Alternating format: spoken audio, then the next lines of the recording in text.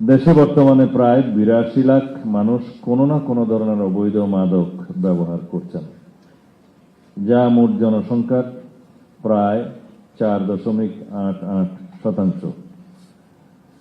নতুন সিনথেটিক ও semi synthetic মাদক বা নিউ সাইকোঅ্যাক্টিভ সাবস্টেন্সেস এর আবির্ভাবের ফলে মাদকদ্রব্যের অপব্যবহারজনিত সমস্যা ঘনীভূত হয়েছে।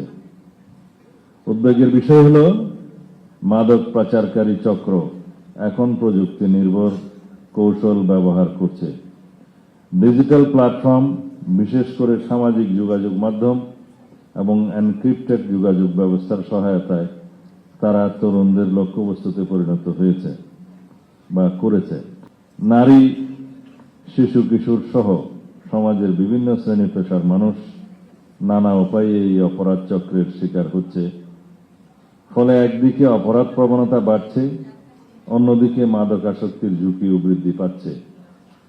এই বাস্তবতার নিরিখে মাদক সমস্যা সমাধানে আমাদেরকে আরো দায়িত্বশীল ও সক্রিয় হতে হবে।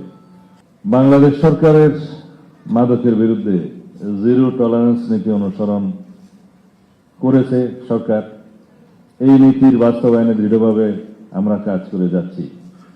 নোডাল এজেন্সি হিসাবে মাদকদ্রব্য নিয়ন্ত্রণ অধিদপ্তর সহ অন্যান্য আইন শৃঙ্খলা রক্ষাকারী বাহিনী ও মাঠ প্রশাসন সমন্বিতভাবে মাদক নিয়ন্ত্রণে নিরলসভাবে কাজ করছে। মাদকদ্রব্য নিয়ন্ত্রণ অধিদপ্তর ছাড়াও বিভিন্ন আইন শৃঙ্খলা রক্ষাকারী বাহিনী যেমন Bangladesh police, BGB, RAB, coast guard সহ অন্যান্য বাহিনী তাদের নিজ নিজ অভিযানে এবং মাদকদ্রব্য নিয়ন্ত্রণ অধিদপ্তরের সমন্বয়ে গঠিত টাস্ক ফোর্সের মাধ্যমে পরিচালিত অভিযানে বিভিন্ন ধরনের বিপুল পরিমাণ মাদকদ্রব্য উদ্ধার করেছে। সীমান্ত এলাকায়ও মাদকের বিস্তার রোধে সকল আইন শৃঙ্খলা রক্ষাকারী বাহিনী নিবিড় সমন্বয়ের মাধ্যমে একযোগে কাজ করে যাচ্ছে।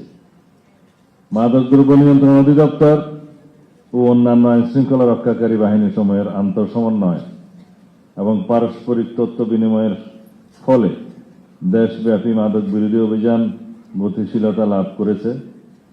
জাতীয় স্বার্থে এই ধরনের আন্তঃসংস্থাগত সহযোগিতা মাদক মুক্ত বাংলাদেশ গঠনের লক্ষ্যে গুরুত্বপূর্ণ ভূমিকা পালন করবে বলে আমি দৃঢ়ভাবে বিশ্বাস করি। সম্প্রতি মাদকদ্রব্য নিয়ন্ত্রণ অধিদপ্তর কর্তৃক পরিচালিত অভিযানে টেকনাফে 2 মাদক চোরা কারবারি গ্রেপ্তার এবং 5 লক্ষ পিস ইয়াবা জব্দ হয়েছে। এর বিষয়ে আমি পরে কথা বলব।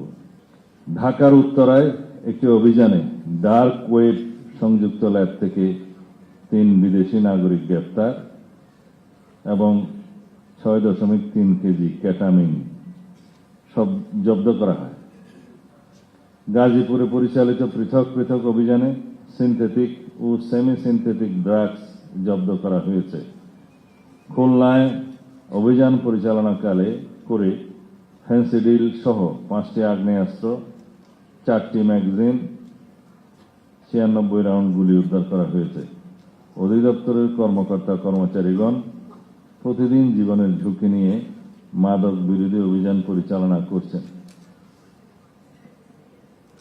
শুধু মাদক বহনকারী বা খুচরা বিক্রেতাদের নয়, মাদক ব্যবসার মূল হোতা, অর্থলগ্নিকারী এবং মাদক ব্যবসার মাধ্যমে অবৈধ সম্পদ অর্জনকারীদের বিরুদ্ধে মাদকদ্রব্য নিয়ন্ত্রণ আইন 2018 এবং মানি লন্ডারিং প্রতিরোধ আইন 2012 এর আওতায় আইনানুগ ব্যবস্থা গ্রহণ করা হচ্ছে।